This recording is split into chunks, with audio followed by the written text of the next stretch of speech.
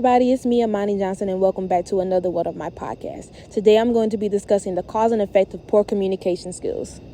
Before we jump in, I just want to know, have you ever met someone who was a little too quiet? Someone you only see speak when they have to. They could be suffering from having poor communication skills.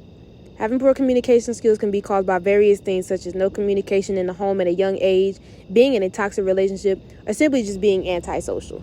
No communication in the home at an early age can lead to poor communication skills in children at a young age. As we know, kids love to talk and interact with people, but what if a child doesn't have that opportunity growing up? Some parents raise their kids to be quiet in public settings or simply tell them to shut up, but silencing a child could be harmful to them. They could start to feel uncomfortable speaking around people, even in the people in their own home they feel as if they can't effectively communicate their emotions with. If you don't feel comfortable speaking in your own home, then why would you feel comfortable speaking in public? If parents don't teach their kids how to communicate effectively with them and others and start communicating with them at an early age, it can negatively impact the child. Communication is the key to helping each other. Not being able to communicate effectively could also result in repressed emotions.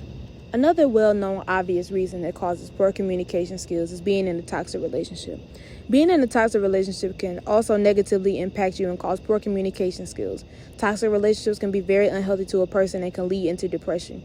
Most people in a toxic relationship don't speak out a lot and tend to be very antisocial. Most people in toxic relationships turn against their friends, family, and focus mainly on the relationship to try to fix it, which can lead to developing poor communication skills.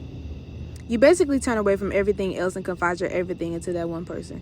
But once that person leaves, you find it very difficult to be able to communicate with others the same way that you used to. Lastly, being antisocial. Being antisocial may be the root of poor communication. If you don't like speaking to people, you most likely wouldn't have effective communication skills. You will stay quiet in public settings, sitting back and observing. You would like to be alone most of the time, and once you've been alone for a certain amount of time, it gets difficult to talk to people or want to talk to people. Most people feel as if words are unimportant and would rather just keep to themselves, but it's very unhealthy in the long run. And that concludes my podcast of what things can lead up to poor communication skills. I hope you guys enjoyed my podcast and join me for the next episode. This is Amani Johnson, signing off.